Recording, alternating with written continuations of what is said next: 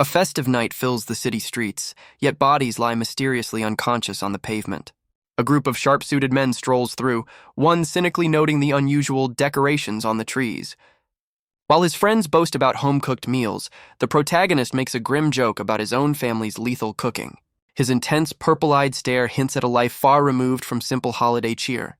An awkward apology is quickly brushed aside as he urges his friends to return to their families. He waves goodbye, a solitary figure watching his companions disappear into the night. Standing alone as snow begins to fall, he reflects on the simple comfort of having a home to return to. A single, delicate snowflake lands on his hand and instantly melts away. Without warning, a nearby street lamp crackles with electricity and abruptly goes dark. The entire street is plunged into a sudden blackout, leaving the crowd confused in the falling snow. While the crowd scatters in terror, he stands still, observing the chaos with a cold, analytical gaze. Panic escalates as people realize the very structures of the city are starting to melt away. A horrifying swarm of shadowy hands erupts from the ground, dragging screaming citizens into the abyss. He watches helplessly as one of his own friends is ensnared and pulled into the air by the spectral limbs. His survival instincts finally kick in, and he makes a desperate dash to escape the carnage. A shadowy predator immediately gives chase, lunging to claim him as its next victim. Looking back, he sees the true scale of the threat, a colossal monster made of grasping hands looming over the street. His escape is cut short as the phantom hands finally catch him, pulling him into the suffocating darkness. The nightmare expands as a vast, shadowy presence begins to descend over the entire city. In an instant, the monstrous entity swallows the cityscape, twisting it into a distorted, hellish landscape. The shadowy horror expands, its monstrous form eclipsing the entire planet from the void of space. His consciousness plummets through the cosmos, drawn into a swirling, inescapable abyss. He snaps back to reality with a silent scream, his mind fractured by the cosmic nightmare. Gasping for air, he finds himself standing alone in a desolate, unfamiliar landscape. He discovers his body is paralyzed and his voice is gone, trapping him in this strange new world. The memory of being consumed by darkness floods his mind. He knows he shouldn't be alive. He looks around, utterly bewildered to find himself in a bustling, old-fashioned town square. A sudden, chilling realization dawns on him as he notices something is terribly wrong. His reflection in a puddle reveals a pale, gaunt face that is disturbingly not his own. A blaring siren suddenly echoes through the town, warning of an approaching black night in 3 minutes. As the townsfolk scatter in panic, he understands he's in a new world, and the impending doom is arriving early. With the countdown at 1 minute, the terrifying thought of being a sitting duck hits him hard. A fleeing citizen shoves past, callously telling him to move or become a casualty. He desperately tries to stand, but collapses, his body still refusing to obey as the final 10 seconds begin. With 9 seconds left, a creeping blackness begins to consume the town from the ground up. The shadowy tide surges through the streets, rushing towards his helpless form on the pavement. He stares down the approaching abyss, recognizing it as the very same horror that ended his first life. As the darkness makes contact with his leg, he feels an unexpected sensation instead of oblivion. In the final second, control floods back into his limbs, and he jolts into a ready position. The Black Night officially begins, twisting the world into a shadowy realm and catching unsuspecting creatures in its grasp. He looks up in confusion as birds suddenly drop dead from the sky all around him. He watches in morbid fascination as the fallen animals begin to transform, corrupted by a dark energy. A horde of monstrous beasts with glowing red eyes rises from the transformed corpses, and he realizes this is what the townsfolk feared. One of the fanged horrors lets out a vicious snarl, its maw dripping with saliva. The creature lunges at him with blinding speed, catching him completely by surprise. Before the beast can land its attack, a massive shadowy hand materializes to intercept it. The spectral hand effortlessly seizes the monster, clamping its jaws shut with immense power. He stares in utter shock, unable to process the impossible scene unfolding before him. His brief moment of relief is shattered by the appearance of a colossal skeletal figure, the true master of the shadowy hand. The view expands to reveal an even greater horror, a mountain of watching eyes making him wonder if he's been reborn in hell itself.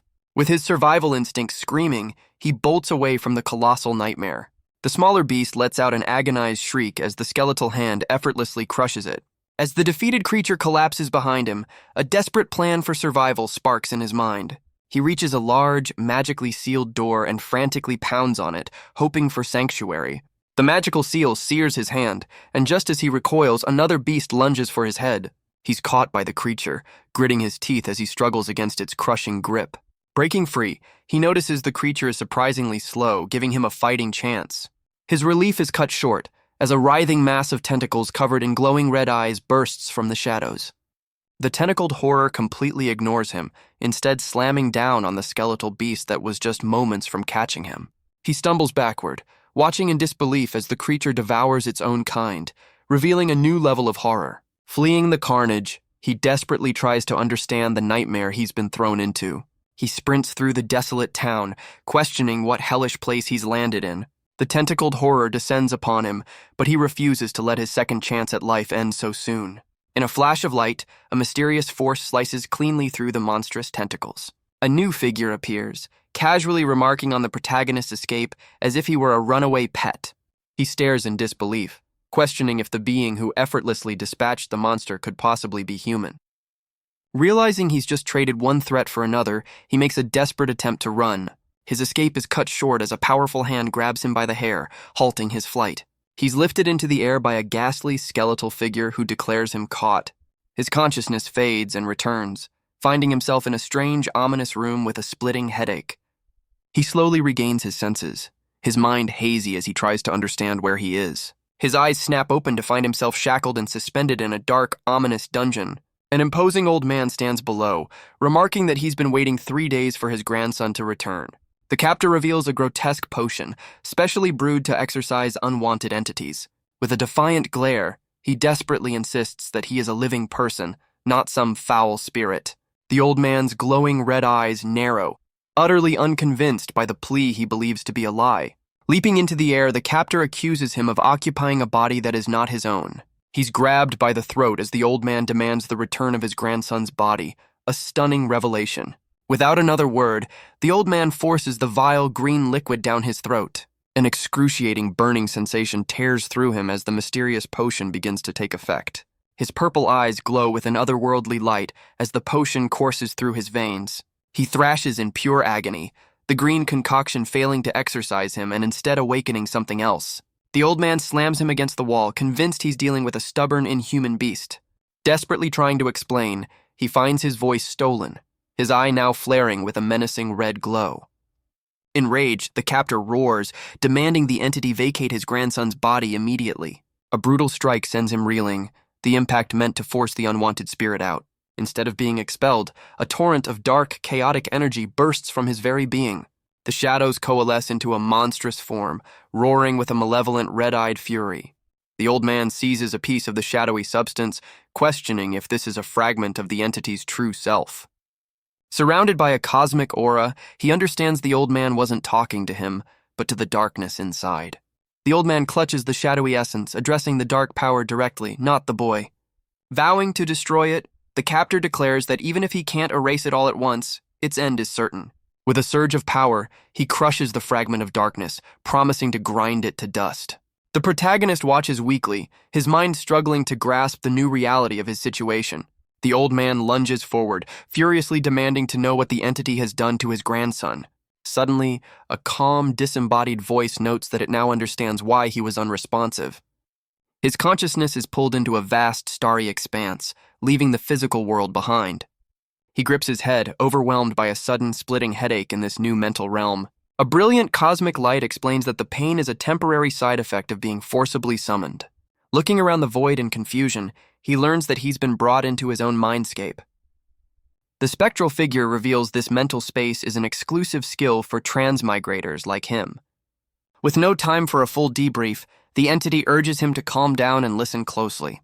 The first rule of survival is revealed: stay inside during the black night, or risk being captured by its monstrous inhabitants.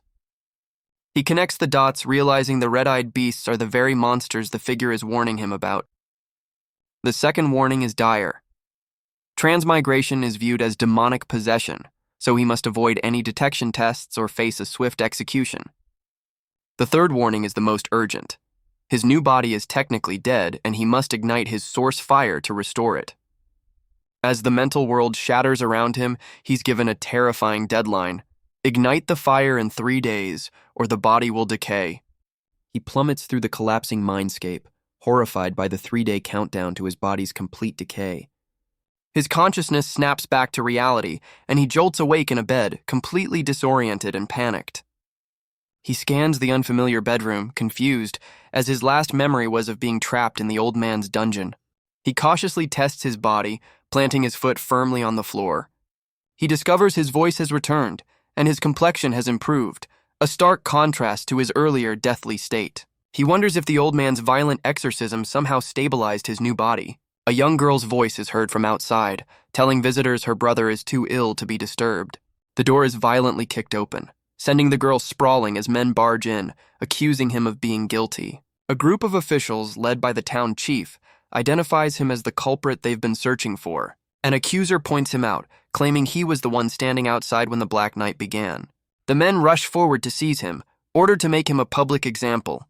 The young girl bravely shields him, revealing she is his sister and he has been bedridden for 3 days. An official dismisses her claim, questioning the blood on him as a sudden headache overwhelms the protagonist. The official scoffs at her pleas, pulling out a syringe and questioning why an innocent person would fear a simple test. He's hit with the memory of the entity's warning. Being tested for possession means a swift and merciless execution. A wave of panic washes over him as he realizes he absolutely cannot let that needle touch him. His sister struggles against her captor, begging the men to leave her obviously sick brother alone. The lead official ignores her, grabbing the protagonist and declaring the test will reveal the truth. He menacingly explains the syringe contains a special potion designed to cause excruciating pain to any monster. As the man lunges to inject him, a strange purple energy erupts from the protagonist's hand to block the assault. Before the needle can make contact, a powerful voice roars through the room, commanding everyone to halt. The officials freeze, turning in confusion toward the imposing figure now standing in the doorway. The old man steps forward with glowing red eyes, coldly asking the men if they have a death wish for touching his grandson. He stares in disbelief, wondering why the very man who tortured him has suddenly appeared. The town chief tries to placate the old man, explaining they were just about to perform a routine test. The grandfather cuts him off, demanding to know if this entire spectacle was the chief's idea. The chief justifies his actions, claiming it's for the town's peace of mind amidst recent unsettling events. His explanation only fuels the old man's silent, burning rage. He slams his bag down, positioning himself as a shield, and leaving the protagonist stunned by the protective gesture. The old man questions the chief's motives, asking if he doubts his ability to protect his own family. Unwilling to back down, the chief gives a subtle, non-verbal signal to his subordinate. The other officials pipe up, insisting they saw him outside and that his refusal to be tested is proof of guilt. The grandfather's expression darkens as he repeats their demand for evidence with chilling intensity. The old man agrees to provide proof, leaving the protagonist to wonder what his terrifying grandfather has planned. He explains that their enemies fear something called source fire, a term the protagonist still doesn't understand. The grandfather leans in with a menacing grin, offering a twisted form of reassurance that only heightens the tension. His sister, however, is completely at ease, trusting her grandfather to handle the situation. To everyone's shock, the old man produces a large glowing green crystal he calls a source stone. He warns his grandson to brace himself for a bit of pain, a warning that does little to calm the protagonist's nerves. Without another word, he crushes the crystal, showering the protagonist in a torrent of raw green energy. The officials watch in disbelief, remarking on the stone's immense size and value. The protagonist is completely overwhelmed by the energy, realizing this is far more than just a little pain. He clenches his jaw, enduring an agonizing sensation that feels like it's tearing him apart from the inside. The grandfather declares that igniting the source fire is the ultimate proof of his grandson's identity. As the raw power surges through him, he grits his teeth and feels something else stirring deep within. A brilliant white flame ignites in his chest, and he finally understands what the source fire is. But his relief is short-lived as a dark, shadowy energy begins to clash with the pure white flame. He's shocked to find the darkness is acting like fuel, making the source fire burn even more fiercely. His sister watches in horror as a second, darker energy begins to pour into his body alongside the green. He realizes with terror that the two conflicting powers are threatening to overwhelm him completely. With a desperate roar, he unleashes a powerful shockwave of energy, forcing everyone back. The explosive release of power leaves him drained, and he collapses to his knees. The grandfather triumphantly declares this proves his innocence, as only a true human can wield the source fire. The accuser stares in disbelief, unable to comprehend how the boy could wield source fire after what he witnessed. The grandfather turns to the officials, smugly asking if the proof of his grandson's humanity is now sufficient. The town chief forces a smile, attempting to smooth things over by saying everyone is relieved the boy is fine. As the officials retreat, the chief gives a final menacing look, silently vowing that this encounter is not over. His sister rushes to his side, asking if he's okay, while he realizes the source fire has stabilized his new body. The moment of relief is shattered as a black, shadowy substance suddenly strikes the grandfather in the face. He collapses to the floor, the dark corruption clinging to him as his granddaughter kneels beside him in panic. She watches in horror as a dark aura envelops him, realizing his source fire has been completely extinguished. She desperately pleads with her grandfather to wake up, while the protagonist looks on, stunned by the sudden turn of events. The old man weakly tells his granddaughter he's dying, making a final, unusual request with his last breaths. The dying grandfather makes a bizarre final request for a drink, leaving his grandchildren utterly bewildered. His sister's grief turns to fury as she accuses the old man of faking his demise just to scam a drink. Her expression darkens menacingly as she reminds him of his strict monthly drinking allowance, her fist glowing with fiery resolve. The old man miraculously recovers, grumbling about how his granddaughter's strict rules are the real threat to his life. His tone shifts as he advises the protagonist to rest, acknowledging his unstable power and confused state of mind. He offers a fierce grin, assuring the boy that no matter what, he and his sister are family who will always protect him. The protagonist silently processes this declaration, the concept of family feeling foreign and new.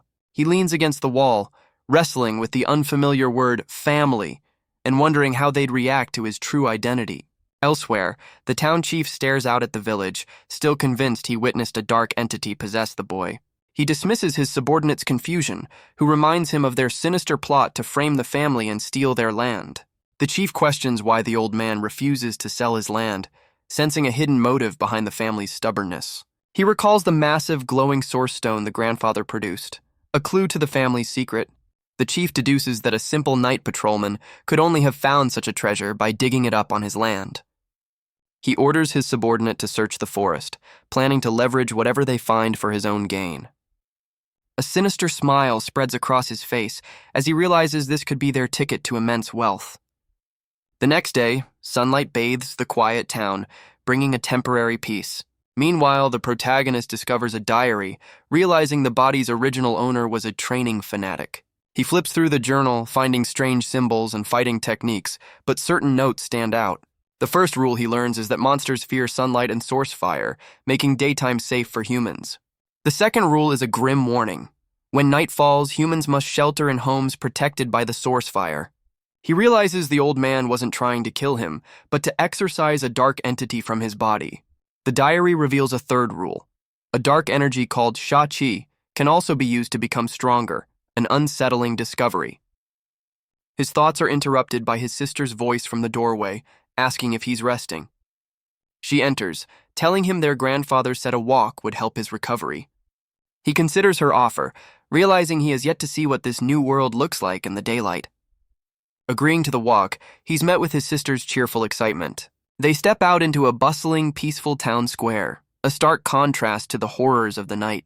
Walking through the market, he sees vendors selling everything from fuel to jewelry, all made from source stones. He observes the townsfolk, understanding that the energy from these stones is integral to their daily lives. Looking at the houses, he notices green charms and deduces these source stones are what protect the homes at night.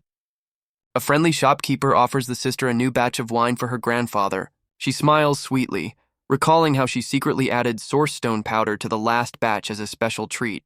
Her expression darkens as she firmly instructs the shopkeeper to report any attempts by her grandfather to buy more.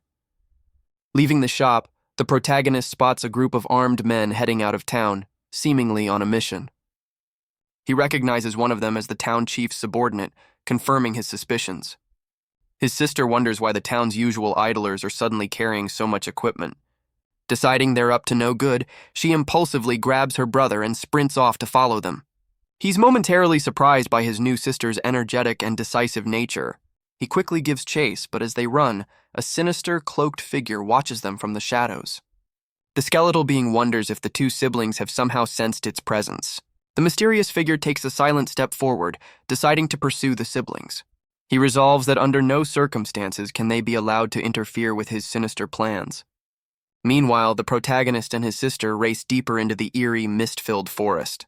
The chief's men grow nervous, with one claiming the very roots of the trees are moving beneath them. Their leader snaps, silencing their fears with a harsh threat to keep them moving. He smirks confidently, convinced that any monsters lurking nearby are powerless in the daylight. Pulling out a strange compass, he reveals it's pointing to a massive source stone mine. He promises his men a lifetime of wealth, ordering them to be ready to grab anything valuable. Their greedy celebration is cut short as they realize they are no longer alone. The sister boldly confronts the men, declaring the forest as their family's property and demanding they leave. The subordinate is startled by her sudden appearance, then scoffs in recognition. He taunts her, claiming they were coming for her family anyway, unaware of the shadowy horror creeping up behind them. The cloaked skeletal figure steps out from the trees, its red eyes glowing with malevolent intent. It wonders how they knew its secret, but decides to eliminate all witnesses to ensure their silence. The monster lunges forward with terrifying speed, its clawed foot digging into the earth. It strikes one of the men with a single devastating blow, sending him reeling in agony. The remaining men stare in horror, realizing they've stumbled into a deadly trap and must run. Everyone flees in terror as the shadowy creature gives chase, turning the forest into a hunting ground. One of the men trips and falls, pleading for his leader not to leave him behind. The monster looms over its helpless victim, preparing to deliver the final, crushing strike. The skeletal horror watches the last man flee, a sinister grin spreading across its face. It stands over the fallen, mockingly noting how fast the survivors are running for their lives. The monster's grotesque face fills the frame as it scoffs at the very idea of anyone escaping its grasp. As they sprint through the trees, the protagonist questions what kind of creature they just encountered. He turns back in confusion, remembering that these dark monsters are supposed to be nocturnal. The subordinate reveals that as long as they avoid sunlight, the creatures can hunt during the day. His sister fiercely defends him, accusing the subordinate of luring the monster to them. Their desperate escape leads them to a clearing, where they stop dead in their tracks. They find themselves trapped at the edge of a chasm, the bridge that once spanned it now completely destroyed. The subordinate looks back in terror, realizing the monster deliberately cut off their only escape route. The subordinate points in terror as the shadowy monster emerges from the mist. The creature descends, controlled like a puppet by a massive spectral hand. The protagonist finds himself suddenly paralyzed, unable to move as his sister cries out a warning. His sister shoves him aside, taking the full force of the monster's energy blast herself. He catches her as the impact sends them both stumbling toward the cliff's edge. The blast sends them both plummeting into the dark, seemingly bottomless chasm. The subordinate continues his desperate escape, leaving the siblings to their fate. His flight is cut short as the shadowy monster materializes directly in his path.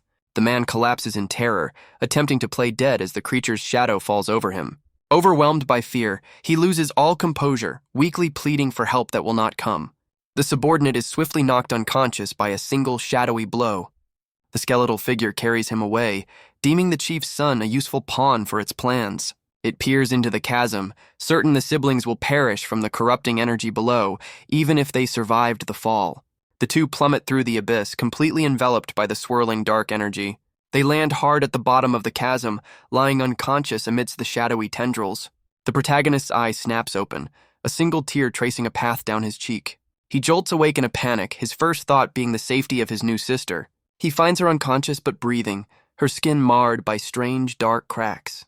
He holds her close, realizing the chasm's corrupting energy is slowly consuming her. As he embraces her, the dark power within him stirs, a shadowy entity manifesting from his own being.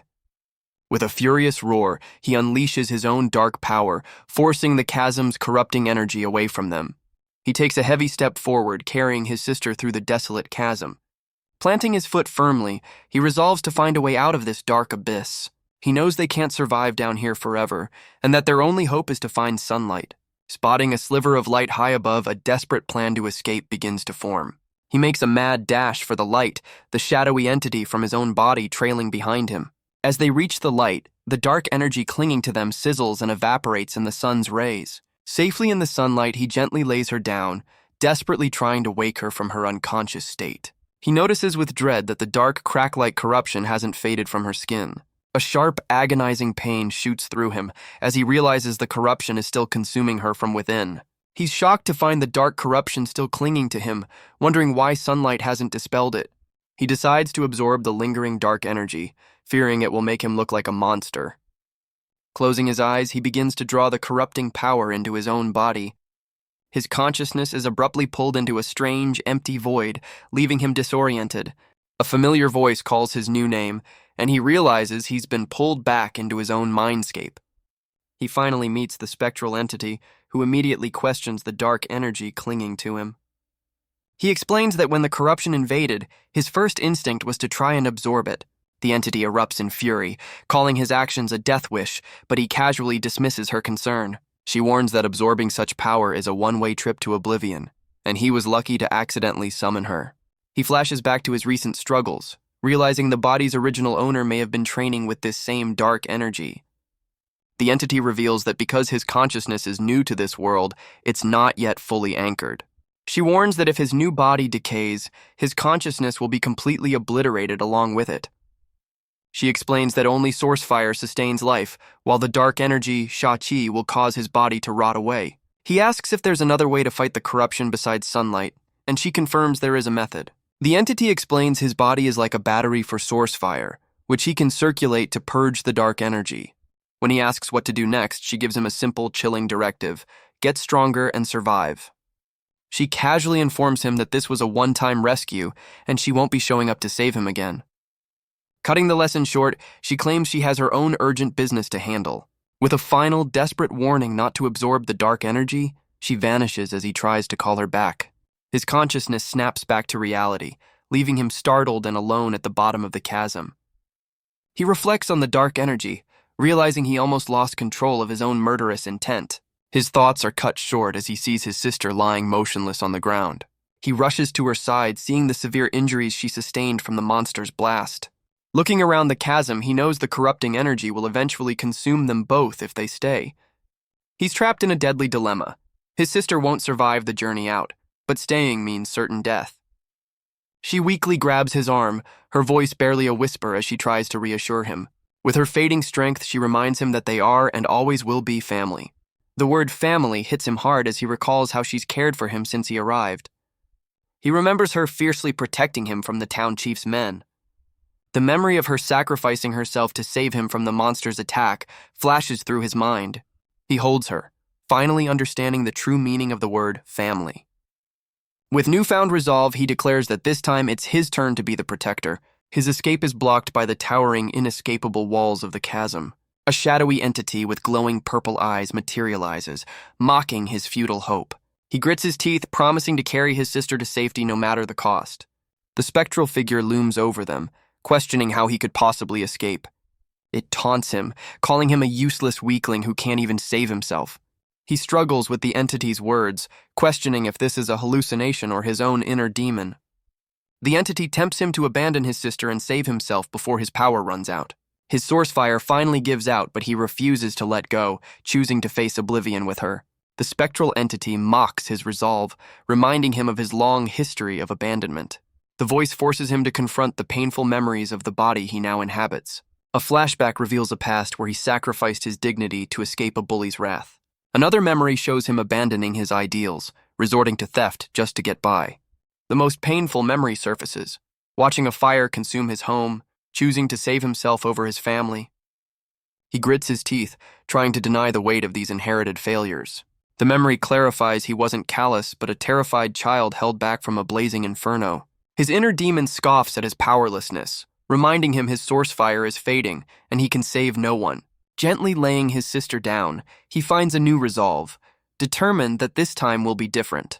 With glowing red eyes, he decides to embrace the darkness, vowing to absorb the corrupting energy himself. He declares he'll become a monster if it means protecting the innocent girl beside him. He willingly invites the chasm's corrupting energy to flood into his very being. Back in town, the grandfather senses the massive surge of power from a rooftop. He instantly recognizes the energy fluctuation is coming from their ancestral forest. The old man stares toward the forest, questioning the source of the chaotic disturbance. A sinister smile spreads across the protagonist's face as he revels in his new power. The immense dark energy attracts a horde of monsters, and he asks if they were drawn to him. He launches himself into the fray, a blur of dark energy cutting through the monstrous beasts. Surrounded by a malevolent aura, he scoffs at the relentless creatures. He calmly faces down the remaining monsters, questioning their foolish attempt to devour him. With a furious glare, he scoffs at the monsters, questioning if they are even worthy of facing him. He unleashes a flurry of dark energy, effortlessly slicing through the horde of beasts. His victory is cut short as a colossal, purple-flamed golem emerges from the shadows. The giant monster slams its massive fist down, intending to crush him in a single blow. With a single hand, he effortlessly stops the attack, mocking the creature's reliance on brute strength. A sinister smirk crosses his face as he gathers a swirling vortex of dark energy in his other hand. He unleashes the power, which immediately begins to consume the monster's arm. Casually extending his hand, he decides it's time to put on a real show of destructive force. A massive ring of dark energy forms around him, dwarfing even the colossal golem before him. He unleashes a devastating pillar of red energy from the ground, completely engulfing the giant beast. The pillar of red energy completely consumes the colossal golem in a devastating blast. Lying on the ground, his sister slowly regains consciousness, her voice a faint whisper. He stands over the smoldering remains, the battle won but the dark power still swirling around him. A surge of adrenaline hits his sister as she musters the strength to get to her feet. She rushes to embrace him, overcome with relief that he survived the ordeal. The dark energy's backlash hits him hard, a splitting headache making him grit his teeth in pain. A malevolent presence takes over, his eyes glowing red as a sinister urge to destroy fills his mind. His sister backs away in fear, questioning the terrifying change in his eyes and realizing he absorbed the chasm's power. Completely consumed by rage, he lunges toward her, no longer recognizing his own sister. She bravely throws her arms around him, desperately trying to break through the darkness and bring him back to his senses. She holds him tight, pleading for him to fight the darkness, sensing his true power is still within. Her voice cuts through the rage, and for a moment, his true self fights back against the overwhelming darkness. The shadowy entity in his mind urges him to destroy her, but he desperately fights back against the malevolent voice. With a surge of effort, he pushes her away, warning her to flee while he can still suppress the monstrous urge to attack. He pleads for her to save herself, but she remains steadfast, refusing to abandon her brother to the darkness. The internal battle reaches its peak as he feels his self-control slipping away completely. Ignoring the danger, she leaps toward him again, desperately trying to pull him back from the brink of being lost forever. Her desperate cry that she can't lose him again finally breaks through, stunning him out of his corrupted state. Memories of his new family flood his mind, and he realizes that for the first time, he has people he truly wants to protect. With newfound clarity, he seizes control of the dark energy, unleashing it with a roar of defiance to protect his sister. He roars with newfound conviction, declaring himself the sole master of his body. The dark power recedes, leaving him panting as his sister cautiously approaches. He looks at her, wondering how her voice alone was enough to pull him back from the brink. With his mind clear, he insists on carrying his sister to get them both out of the dangerous chasm. He lifts her onto his back, and with a shared look of resolve, they begin their escape. His eyes widen in alarm as he senses an abrupt and ominous shift in the environment. They look up to see the sky darkening unnaturally, realizing the dreaded black night is about to begin. Knowing the extreme danger, he breaks into a desperate sprint, racing against the encroaching darkness. His sister pleads with him to put her down, convinced she is slowing their only chance of escape. He furiously rejects her suggestion, vowing that he will never abandon his family again. He makes a solemn promise to protect her, no matter what happens, as they race through the chasm. Suddenly, a colossal red eye fills the sky, its gaze pinning him to the spot with immense pressure.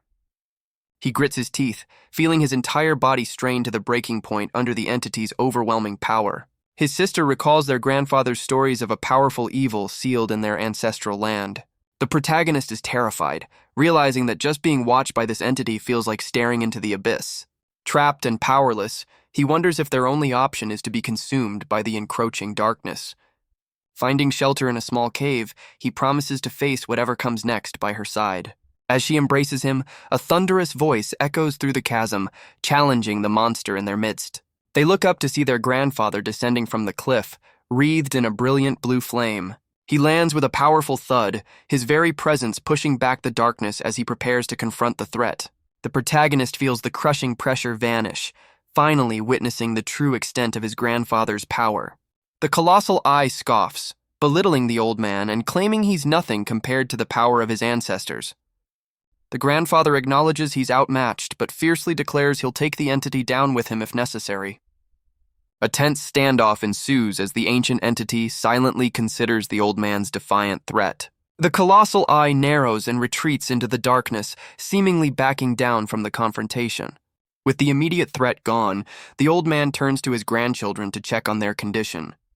He scolds them for their recklessness, pointing out their injuries and questioning why they entered such a dangerous place. Overcome with guilt, the protagonist apologizes, blaming himself for failing to protect his sister. His grandfather places a reassuring hand on his head, comforting him in his moment of guilt. The old man praises his efforts, telling him that as a brother, he has already done more than enough. With the danger past, the old man leads his grandchildren home, a complete family once more. Unseen from the chasm below, shadowy figures express their surprise that the siblings actually survived the ordeal. A sinister puppet master sees this as a perfect opportunity, believing the old man's presence makes him a vulnerable target. As they walk, the grandfather explains that by wielding source fire, the protagonist is now considered an awakened beginner. He elaborates that awakened can become either warriors or technicians, and the boy must now discover his own attribute. His sister excitedly asks if this means he'll become as powerful as their grandfather someday. The old man scoffs with a grin, humbly claiming he's just a low-level warrior and nothing special. She insists he's still amazing in her eyes as they walk together, a united front heading home. His moment of peace is shattered as he looks back with a sudden, startled expression. Perched atop a distant building, a massive, monstrous creature looms over the town, its presence signaling new danger. The grandfather dismisses the hulking monster, calling it a low-level threat they can ignore. He explains that these dark creatures, the Shah, are ranked by their power. The hierarchy progresses from the weakest black rank to green, and finally to the terrifying red rank. He reveals the giant creature is just a low-level black rank, using an illusion to appear more intimidating. The protagonist cheekily wonders how a colorblind awakened would be able to tell the monsters apart. His grandfather playfully threatens to cure any such ailment with a blast of source fire, much to the boy's alarm. His sister then asks a serious question, wanting to know the rank of the entity they encountered in the chasm. The grandfather's expression turns grim as he considers the powerful entity from their ancestral land. He explains that the colossal eye defies their ranking system, as if it's a being from another world entirely. He suddenly stops, sensing a disturbance and realizing the dark energy is being deliberately manipulated by an unseen enemy. A powerful slash of energy cuts through the air as the grandfather unleashes his attack. He orders his grandson to protect the sister while he charges forward to face the new threat. The old man confronts the cloaked skeletal figure, who mockingly reveals itself from the shadows.